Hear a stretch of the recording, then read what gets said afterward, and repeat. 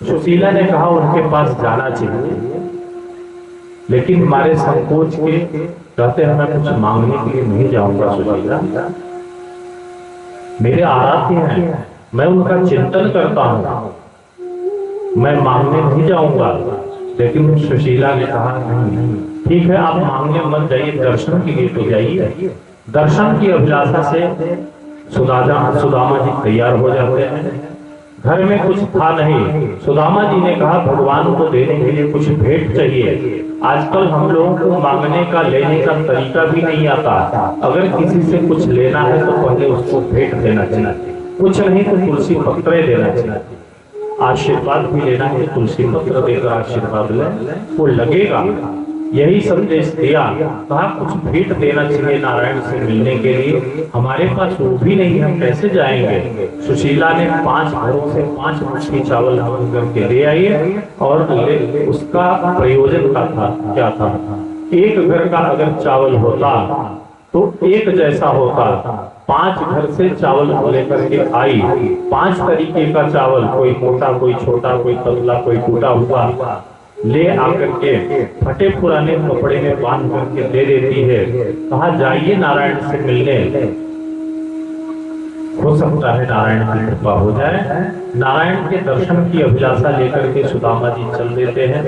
3 महीने तक भटकते रहते हैं, द्वारिका इधर उधर पहुंच गए, काशी, काशी से इधर उधर इलाहाबाद प्रयाग, घूमते घूमते नदी के किनारे पहुंच गए।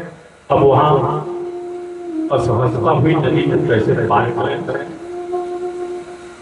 वहीं पर लेट कर बैठ करके आराधना करने लगे। इतने में एक नाविक आता है और उनसे प्रार्थना करता है, शाम हो गई, चलना है उस पार। कहा हाँ चलना है उस पार। कहा पार उतरवाई कुछ देना है तुम्हारे पास। कहा नहीं भैया तुम जाओ, जैसी परमात्मा की इच्छा होगी वैसी यात्रा मैं करूंगा। आज केवट के प्रसंग में भी भगवान के पास कुछ देने के लिए रहता नहीं है, और आज यहाँ सुदामा जी के पास कुछ देने के लिए नहीं है। और वहां सीता जी ने पति के मन के रूप को पहचान लिया। पति जी हमारे संकोच में है, लेकिन मन को पहचान करके अपनी मुदरी को उतार करके केवट को देना चाहती है। नमः पार्वती पतये हर हर महादेव। देखिए हमारे बीच परम ओजस्वी तेजस्वी संत श्री शिरोमणि कामेश्वर जी महाराज का आगमन हो चुका है। यही गया जी का उद्धार करेंगे। गया जी का नहीं, गया जी जाने के लिए स्कूल खानदान का उद्धार करेंगे। हमारे बीच में पधारे हैं। आगमन परम संत का दर्शन ये नारायण जी की कृपा से होता है। इनके लिए एक बार हर हर महादेव। नमः पार्वती पतये हर हर महादेव।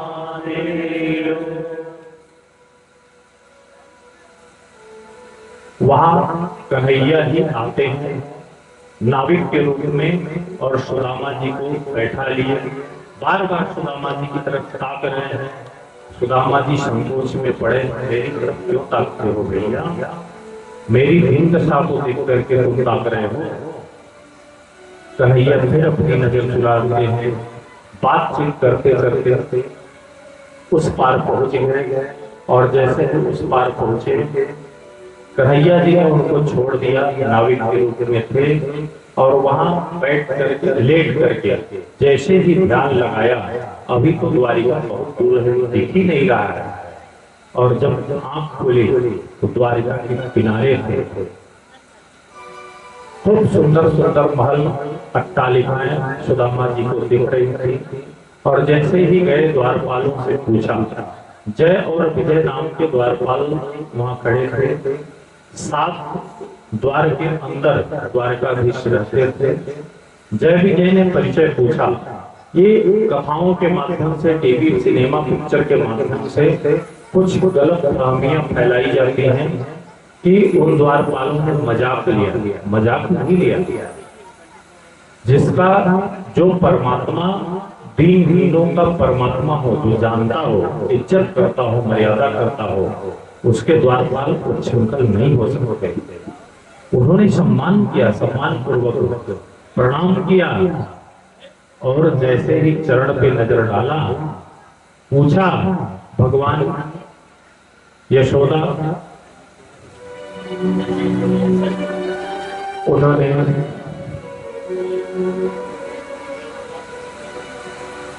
देखिए कितना दिव्य स्वरूप है। सुदामा जी के जगह यशोदा कन्हैया का नाम निकल रहा है। जबान लड़खड़ा रही है। अंतिम दिन की कथा ऐसी। सुदामा जी ने बताया, जैसे ही बताया कि मेरे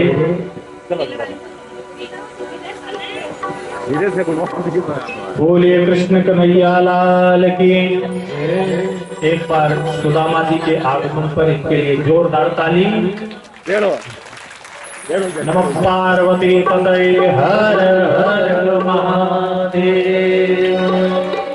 थोड़ा सुदामा जी इधर घूम जाइए, कैमरा के सामने आ जाइए।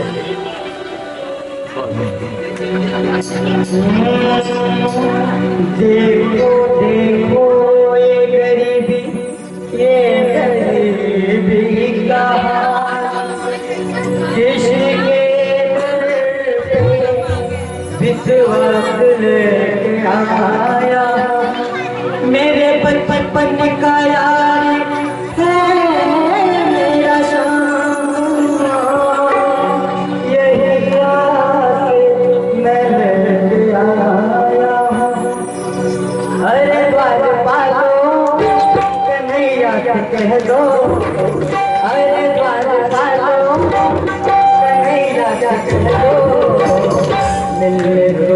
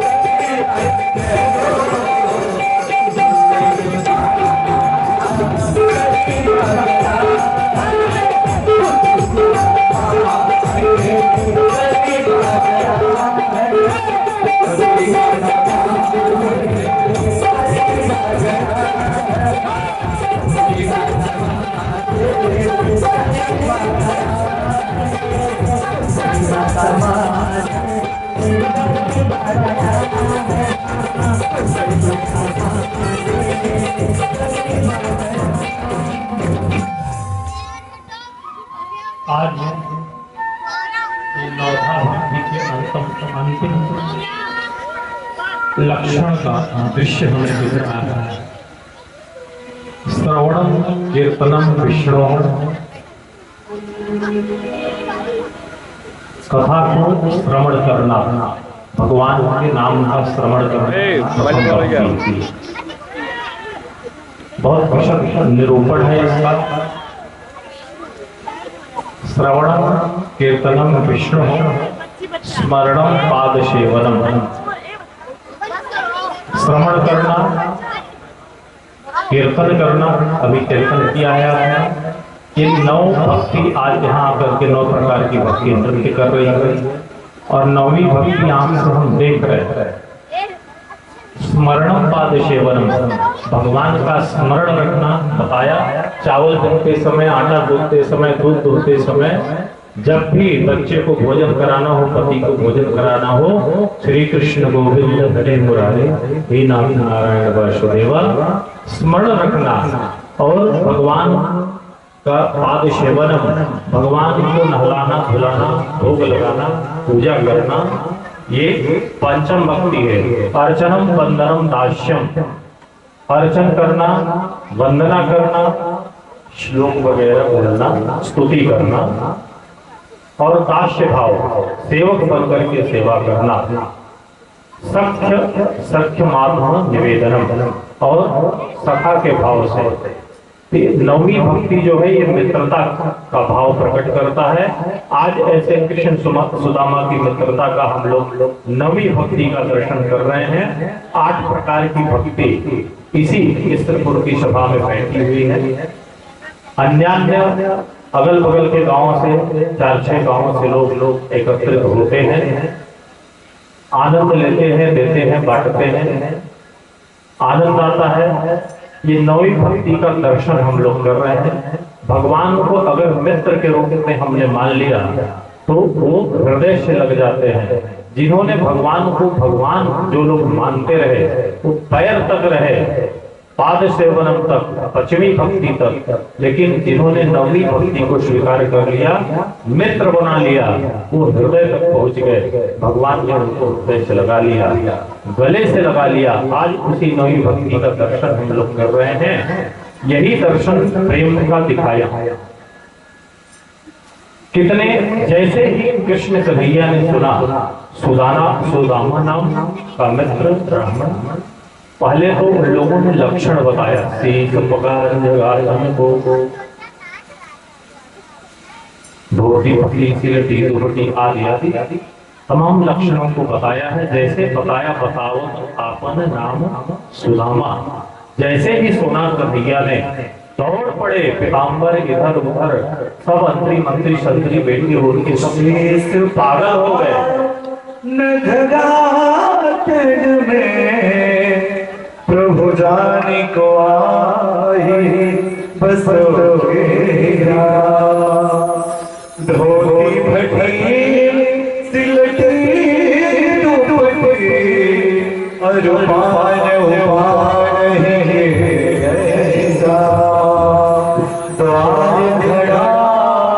तुझ दुर्बल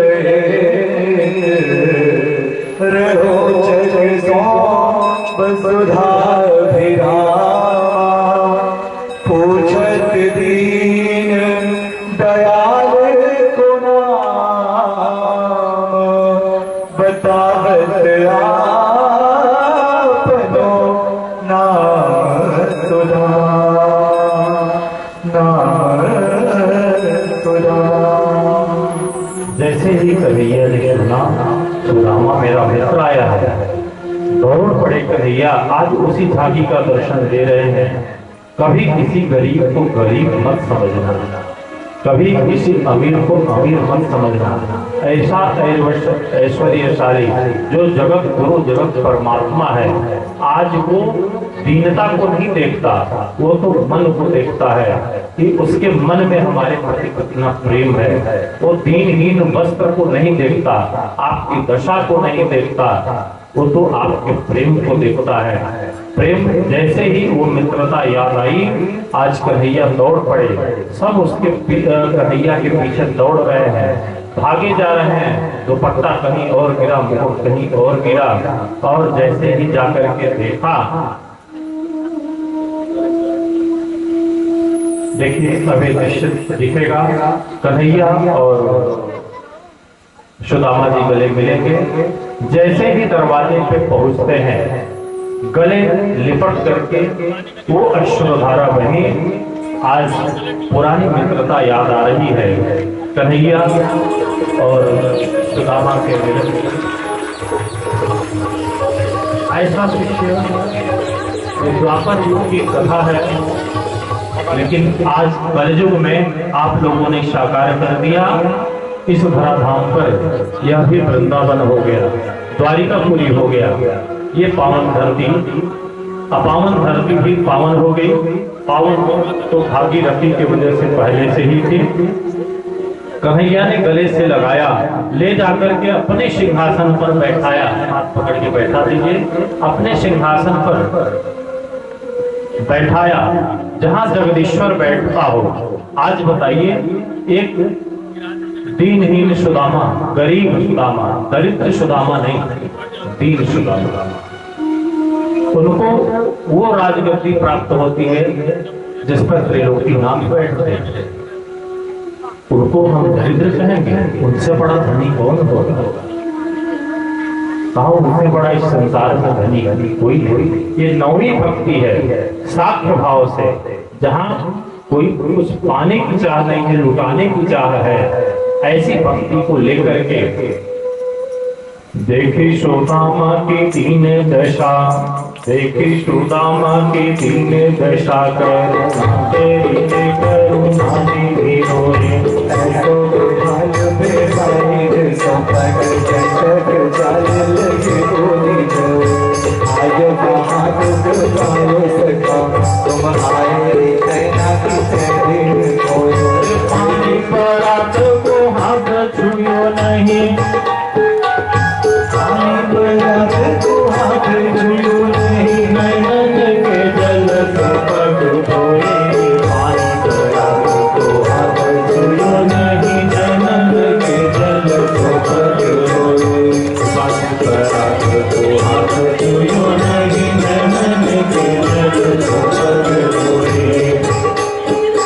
इसी दृश्य का दर्शन करते हुए अपने अपने नयनों के जल से आज ब्रजवासियों के नयनों के जल से नदी बन गई ब्रजमंडल में, खाली आंसू से, अश्रुधारा से।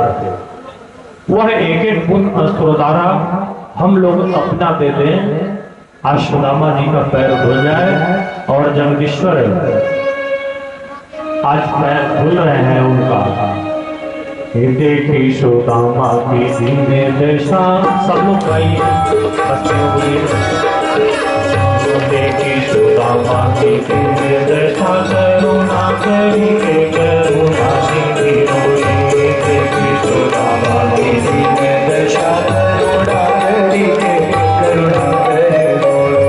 ऐसो बेहाल बेहाई सो परिणत जाने लगे सोने जोड़े।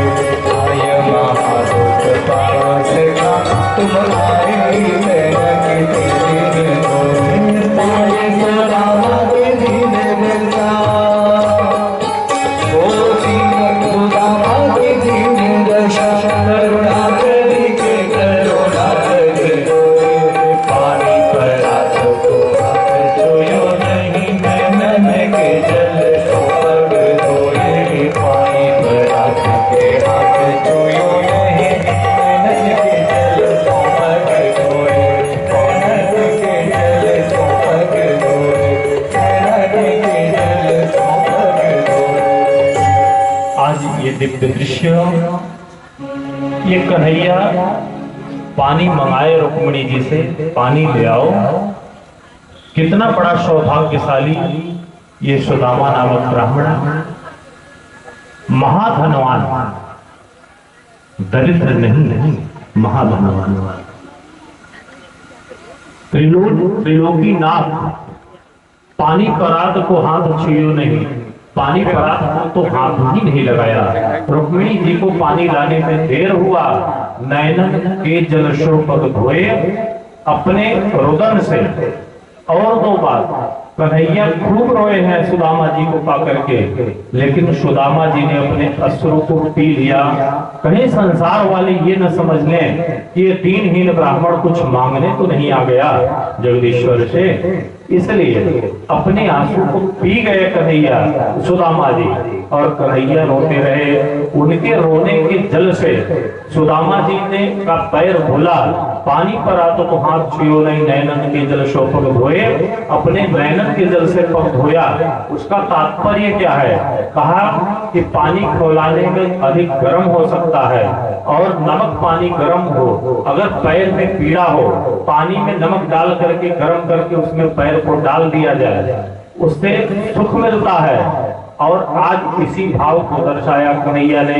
कहा जब आंख से सुख के आंसू निकलते हैं तो वो ठंडे और मीठे होते हैं, और जब आंख से दुख के आंसू निकलते हैं, निकला करते हैं, तो गर्म और खारे होते हैं। आज रुक्मिणी जी को पानी गरमाने में, ले आने में देर लगेगी, हो सकता है जल्दबाजी में अधिक गर्म हो जाए और सुदामा जी के पैर में छाले पड़ जाएं। नैनन के पवित्र जल सो पग धोए, अपने वो दुख रूपे अश्रु को बहा करके कन्हैया ने सुदामा जी के पैर को धुला है। वो गर्म भी है और खारा भी है आंसू, उससे सुदामा जी मित्र के पैर को सुख प्राप्त हो रहा है। मना कर रहे हैं सुदामा जी, ये क्या कर रहे हो कन्हैया? कहा आज मैं नहीं मानूंगा। और देख विवाह, जैसे ही देखा सुदामा जी के पैर में बेवाई भरी है, कांटे गड़े हैं। एक कांटा तो ऐसा चुभा है जो नाखून से नहीं निकलता, हाथ से नहीं निकलता। कन्हैया सुदामा के पैर को उठा करके अपने दांतों से पकड़ करके उस कांटे को निकालते हैं। ऐसी मित्रता, नौई भक्ति जिसको प्राप्त हो जाए, नारायण उसके साथ में है। वो तो कभी कपड़ा नहीं देखा, नारायण ने आपका वैभव नहीं देखा, नारायण तो अपने आपके हृदय को देखता है। आपका हृदय कैसा है? निर्मल मन जन सो मोहि पावा। गाइए, गायन करिए, भगवान मिलेंगे कैसे? कहा निर्मल मन जन सो मोहि पावा, मोहि कपट छल चेतन भावा। निर्मल मन जन सो मोहि पावा, मोहि कपट छल चेतन भावा। आम पीठ से और आगी, स्वामी भज भजन कपट चल जागी, पुरानी स्वामी भजन कपट चल जागी। और क्या कहते हैं, सब तज भजन करहि दिन राती, स्वामी भजन कपट चल जागी।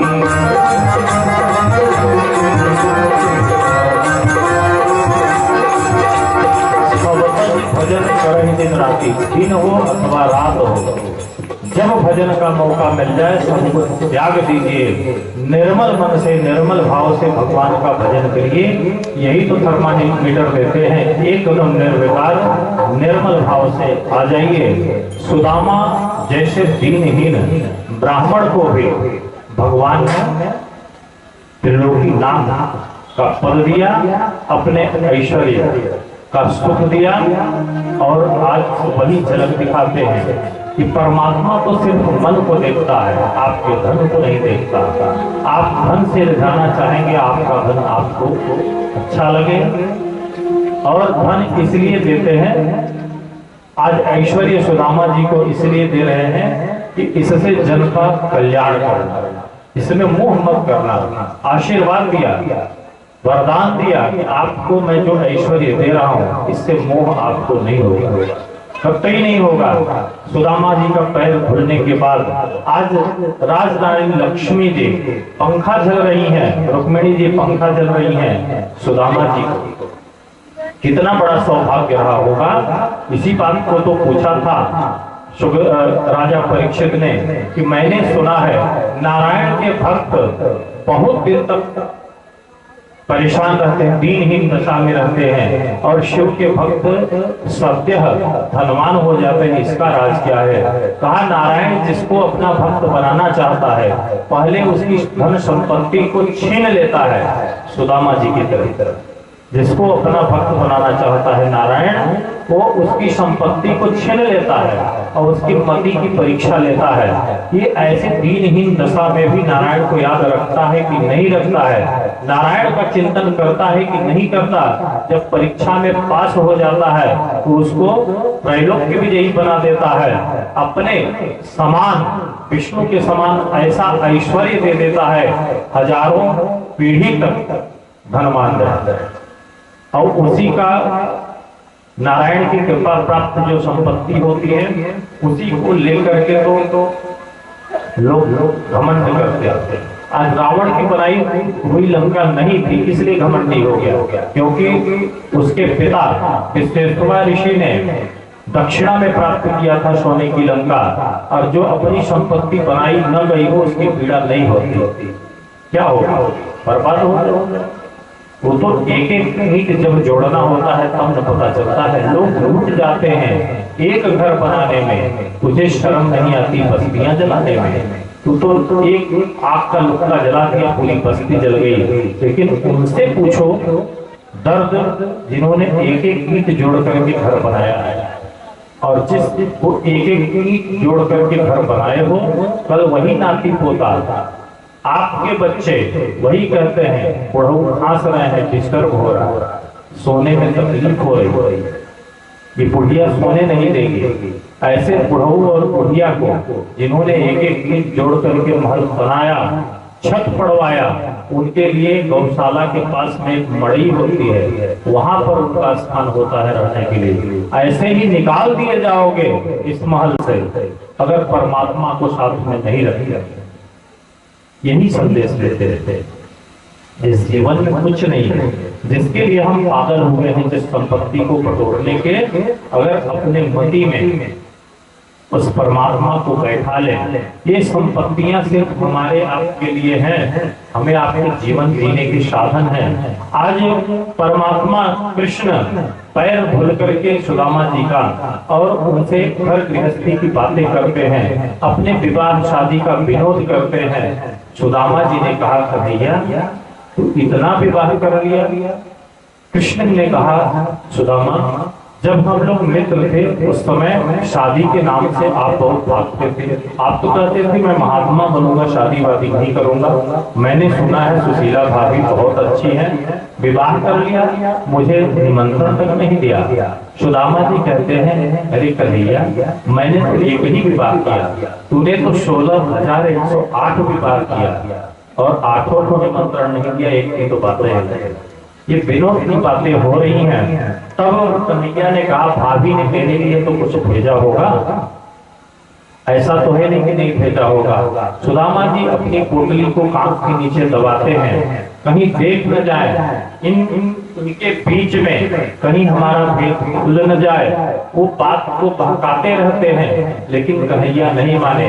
कहा भाभी ने मेरे लिए तो कुछ भेजा होगा सुदामा। कहा नहीं, जबरदस्ती छीन लिया उस पोटली को और पोटली की दशा देख करके, उस दशा को देख करके अश्रु आ गई। उसमें एक कागज में लिख करके पड़ा था,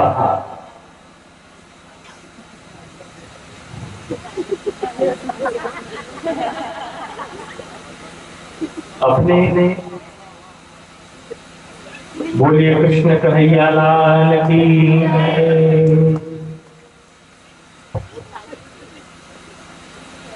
उसमें सुशीला भाभी ने लिखा था, 1 मास 2 पक्ष में 2 एकादशी होए, लेकिन कन्हैया मेरे घर में रोज एकादशी होए।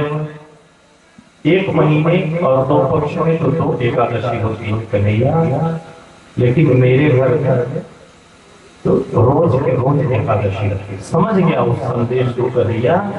और आज ये माताएं ही प्रेरित करके इन पिताजी लोगों को परमात्मा के चरण तक ले जाएंगे, क्योंकि इसमें बहुत बड़ा रहस्य है। ये माताएं जो धर्म करती हैं, ये जो व्रत करती हैं, आकर के गुरु पुरोहित आचार्य से, व्यास जी से पूछती हैं,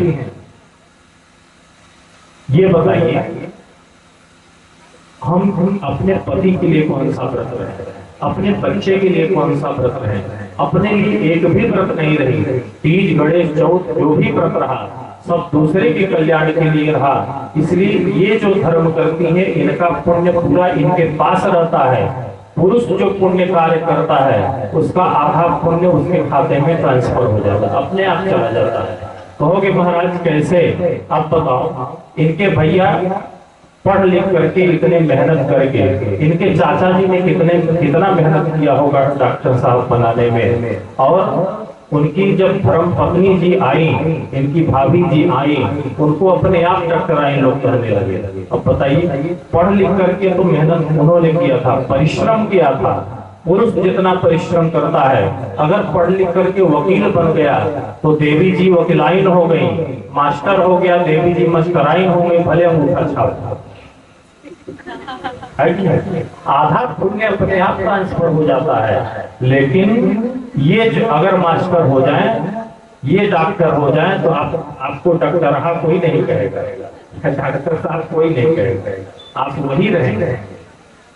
इसलिए इनका पुण्य इनके पास, और पुरुष जो पुण्य करता है उसका आधा पुण्य अपने आप उनके पास ट्रांसफर हो जाता है। आज प्रभु के नारायण के चरण में प्रेरित करके यही माताएं भेजती हैं। आज सुशीला जी ने प्रेरित करके, नारायण को भज तो रहे थे सुदामा जी, लेकिन उसमें माता सुशीला का हाथ था। प्रेरणा देकर के भगवान के पास भेजी है, नारायण के चरण में जाओ। उनके शरण में जाने से ये एप्लीकेशन देते हैं, लोग मनौती मानते हैं तमाम प्रकार के। वास्तव में आपके सगे भैया ही प्राइम मिनिस्टर क्यों न हो, लेकिन जब उस विधा से आप नहीं जाएंगे तो इसे काम ले नहीं सकते। वो भले जानते हैं, लेकिन आदेश देकर के आपका काम नहीं करवा सकते, एप्लीकेशन डालना पड़ेगा। उस एप्लीकेशन पर सुनवाई हो जाएगी, लेकिन कभी सुदामा जी ने एप्लीकेशन नहीं डाला। ये बचपना की बातें होती रही, और उसी बातों में कन्हैया ने याद दिलाया, याद करो सुदामा, जब गुरु माता ने हमको चना दिया था हम लोगों को खाने के लिए, बरसात हो रही थी, लकड़ी लेने हम लोग जंगल में गए थे, बरसात हो रही थी और भूख लगी, तो चना को खा गया अकेले। और मैं पूछा तू क्या खा रहा था? बोला कुछ नहीं भैया मित्र, ये मेरा दांत खटखटा रहा है, मेरा दांत खटखटा रहा है। बाल स्वभाव, वहां लोग तमाम प्रकार के तर्क देते हैं। मात्र बात इतना सी ही था कि वो किसी दूसरे का हिस्सा अगर ये पता करके आपको दिया गया कि आपका हिस्सा है। कुछ लोग कहते हैं कि चने को दरिद्रता का श्राप मिला था, चने को दरिद्रता का श्राप मिला था, और ये विद्वान थे सुदामा जी, इसलिए चना पूरा खा गए कि मैं कन्हैया को दे दूंगा तो कन्हैया दरिद्र हो जाएगा। उनकी विद्वता कहाँ चली गई? वो कन्हैया जो दरिद्र को, जो गरीब को अमीर बना सकता है, त्रैलोक्य विजयी बना सकता है और अपने त्रिलोकीनाथ के गद्दी पर बैठा सकता है, क्षण भर में रंग को राजा कर सकता है, राजा को रंग कर सकता है, उसके ऊपर दरिद्रता हावी होगी। ऐसे तमाम प्रकार के तर्क वितर्क होते हैं। मात्र भाव इतना है कि अगर जानबूझ करके आपने किसी का हिस्सा खा लिया तो आपको गरीबी झेलना पड़ेगा। बात कारण ये, कभी मांगा नहीं कन्हैया से, लेकिन उनका दिया हुआ हिस्सा, जबकि उनके सामने माता, गुरु माता ने बता करके दिया था कि इस चने को दोनों लोग खा लेना, लेकिन पूरा उनका हिस्सा खा लिया सुदामा जी ने और बताया। वही ऐसे ही संशय की भवानी माता सती ने भी तो यही किया था, सब कुछ जानते हुए भी झूठ बोल दिया था। किससे? अपने पतिदेव से झूठ बोला। करो प्रणाम तुम्हारी ही नहीं, हम आप ही की तरफ प्रणाम करके आ रहे हैं। लेकिन भगवान ने देखा ये मेरे माँ की साड़ी पहन करके परीक्षा ली, तो माँ की साड़ी बदल लिया, अब माँ का रूप बना लिया, इस तन से तो पेट होगा ही नहीं। शिव संकल्प कीन मन माही, एहितन सती भेट है। तो परमात्मा तो मन में रख लेते हैं। आज जब वो जीव जब दूसरे का हिस्सा खा करके गरीबी को प्राप्त होता है, दरिद्रता को नहीं, मन से संपन्न थे सुदामा जी, लेकिन दूसरे का हिस्सा खाने के नाते गरीबी को झेल रहे थे, और लेकिन कभी किसी से मांगा नहीं पैसा, कभी नहीं मांगा। सबसे बड़ा धनी वही है जो बिना मांगे अपना काम चला ले, अपने आप को व्यवस्थित कर ले। कि कर्जा वर्जा में लादने से क्या मतलब? सबको बताते हैं काम करे सादा जो चले बाप दादा। विवाह शादी में हम आप सामाजिक व्यवस्था में आकर के उलझ जाते हैं। ललक बाय, बमक बाय, गुम बाय, ये तीनों बाय में हम फंस जाते हैं। जब तक विवाह नहीं हुआ है तब तक ललक है, ऐसा करेंगे वैसा करेंगे, ये तंबू करेंगे, ये सामियाना करेंगे, और जैसे ही शुरू हुआ बमक शुरू हो गया। जहां 20 फीट के टेंट तंबू में काम चलने वाला था, 60 फीट लगा दो का बार बार शादी होगी हमारे बच्चों की, देखा जाएगा। और जैसे ही मिल गया गुम बाय पकड़ लिया, कहाँ है फलाने, जब तो बनारस गए, बाथरूम में घुसे हैं। एक दिन की हंसी रोकने के लिए हम आप अपनी जिंदगी भर की हंसी तबाह कर दिए, बर्बाद कर दिए। ऐसी झूठी शान शौकत किस काम की? ऐसा झूठा बनावटीपन किस काम का? ऐसे में नहीं फंसना चाहिए। अपनी जो स्थिति परिस्थिति है उसी में जीवन यापन करना चाहिए। आज सुदामा जी की दीन दशा को देख करके कोई उनका उलाहना नहीं देता। उलाहना वही देता है जो कर्जा देता है, वही सिर पे चढ़ता है। जिसने कर्जा खिलाया नहीं वो क्यों कहेगा? वो अपने स्थिति परिस्थिति में जीते रहे सुदामा जी, लेकिन कभी किसी के आगे याचना नहीं किया। और आज देखिए उस धैर्य का प्रताप, उस नवधा भक्ति का प्रताप, सख्य भाव का प्रताप, वही नवधा भक्ति सबरी में थी। भगवान चल करके गए, ऐश्वर्यान बना दिए, और आज सुदामा जी चल के गए और पूरे 2 लोक का ऐश्वर्य दे दिया। जैसे ही तंडुल एक मुट्ठी डाला, पूरा स्वर्ग लोक का सुख दे दिया। 2 मुट्ठी डाला, पृथ्वी लोक का सुख दे दिया।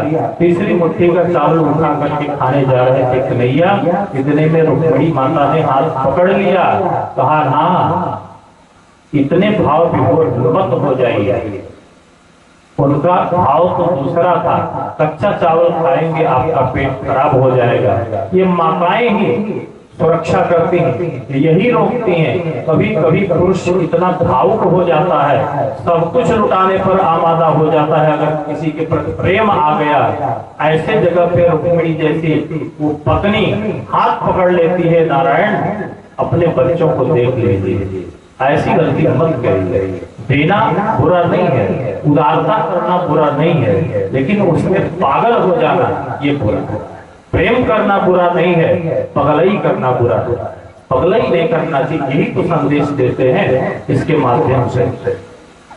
रुक्मिणी माता ने हाथ पकड़ लिया। सुदामा जी एक रात मात्र रुके, दूसरे दिन नहीं रुके। रास्ते में जा रहे थे, मन में सोचा कन्हैया मिले, हमारी धोती नहीं बदला कोई बात नहीं, हमको आत्मविश्वास हुआ, कन्हैया ने मेरी सेवा किया, इतना मुझे पहचान लिया, इससे बड़ा और क्या बात होगी। जैसे ही अपने दरवाजे अपने गांव में गए, देखा उनकी झोपड़ी नहीं दिख रही है, एकदम राजमहल बन करके तैयार है। अब देखिए जरा सुशीला जी का चरित्र। जैसे ही विश्वकर्मा को आदेश दिया कन्हैया ने, विश्वकर्मा ने सुशीला की झोपड़ी हटा करके महल बना दिया। सुशीला ने शर्त रख दिया, कहा इन झोपड़ पट्टियों के बीच में अकेले मैं महल में नहीं रह सकती, जाके अपने कन्हैया से कह देना, अगर उसको क्षमता है तो पूरे गांव का महल एक जैसा बना दे, तब मैं रहूंगी उसके बीच में। अपने एक महल में मैं नहीं रह सकती, अपने भाई पटदारों के बीच में मैं ऐश्वर्य नहीं दिखा सकती। एक भारतीय नारी का चरित्र। और जाकर के विश्वकर्मा ने कहा है, आदेश दे दिया कन्हैया ने, गए नहीं वहीं से प्रणाम किया, आदेश दे दिया पूरे गांव का एक जैसा महल बना दिया जाए। पूरा सुदामा जैसा महल बन गया।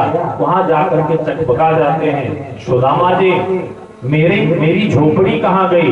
वहां के दरबान पूछते हैं, वहां बताते हैं कि एक सुदामा नाम के ब्राह्मण थे, वो 3 महीने से नहीं है, द्वारिकाधीश से मिलने गए हैं, ये उन्हीं का महल है। कहा नहीं, यहाँ मेरी एक झोपड़ी थी, मैं ही वो सुदामा हूँ। तब बताया, पूछा कि वहां पर एक मेरी पत्नी रहती थी सुशीला, उसको बुला दो, उससे हम मिल लें, तब हम समझेंगे कि ये मेरा ही स्थान है। सुशीला देवी आई है आरती की थाल सजा करके, और आरती किया है पतिदेव का, अपने महल में ले गई। वहां सुशीला और उनका संवाद होता है सुदामा का, और दोनों में संवाद हुआ। सुदामा जी ने कहा, सुशीला तुझे ऐश्वर्य चाहिए था, ऐश्वर्य मिल गया। सुशीला ने कहा, मुझे ऐश्वर्य चाहिए था, आपको भक्ति चाहिए थी, इसलिए परमात्मा ने आपको कुछ नहीं दिया, धोती तक नहीं बदला, मुझे ऐश्वर्य चाहिए था, परमात्मा ने दे दिया। सुदामा जी ने कहा, तुझे ऐश्वर्य चाहिए था सुशीला, तू सोने का चावल खा, तू चांदी की रोटी बना के खा, मुझे ये ऐश्वर्य नहीं चाहिए, मैं तो चला भजन करने। सुशीला जी कहीं जब आप ही नहीं रहेंगे तो मैं किसके लिए रहूंगी? यही दिन करो श्रृंगार पति मोर आधर, ये तो सब ऐश्वर्य सब आप ही के लिए है। जैसे ही दोनों जाना चाहते हैं, तैसे ही अंदर से कन्हैया ने बंसी बजा दिया। आइए भजन के माध्यम से कन्हैया के भाव को सुनते हैं। तत्पश्चात फिर जैसे कन्हैया ने स्वागत किया, ऐसे ही आज इस सभा में इस यज्ञ के आयोजन को सफल बनाने में जिन जिन लोगों ने परिश्रम किया, जिन जिन लोगों ने संपन्न कराने में अपना सहयोग दिया, सबका स्वागत समारोह भावाभीनी अभिनंदन व्यासपीठ से आशीर्वाद साधु। आइए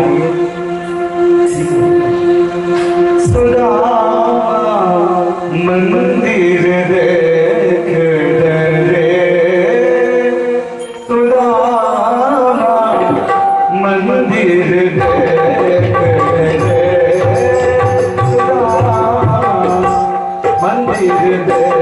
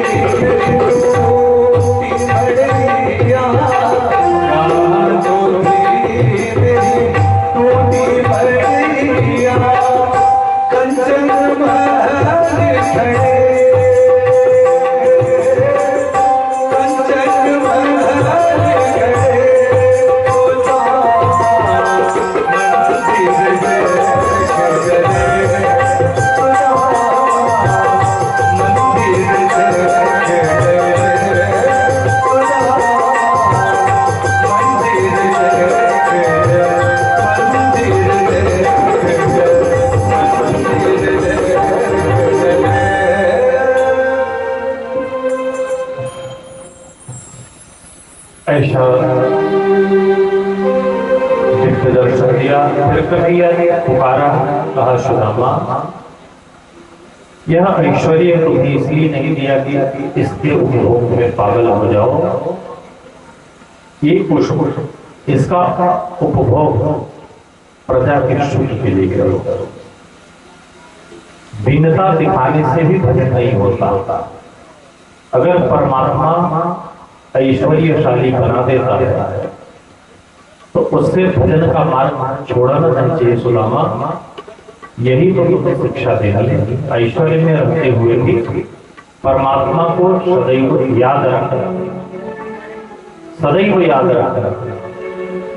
ये दुनिया पागल खाना है, कोई पागल मान बड़ाई का, कोई धन वैभव का पागल है, कोई पागल है चतुराई का, कोई रूप रंग का पागल है, कोई पागल है तन्हाई का, लेकिन सबसे अच्छा वह पागल है जो पागल हो रघुराई का। सुदामा जी की तरह पागल ही होना है तो रघुराई के प्रति पागल हो जाओ, परमात्मा को प्राप्त कर लो। ऐसा आशीर्वाद देकर के आज कन्हैया पाने के लिए गतिशील हो, लक्ष्य को बने रहोगे पगला तो काम करेगा। अगर बुद्धिमान नहीं बनना, बुद्धिहीन तनु जान के सुमिरो पवन।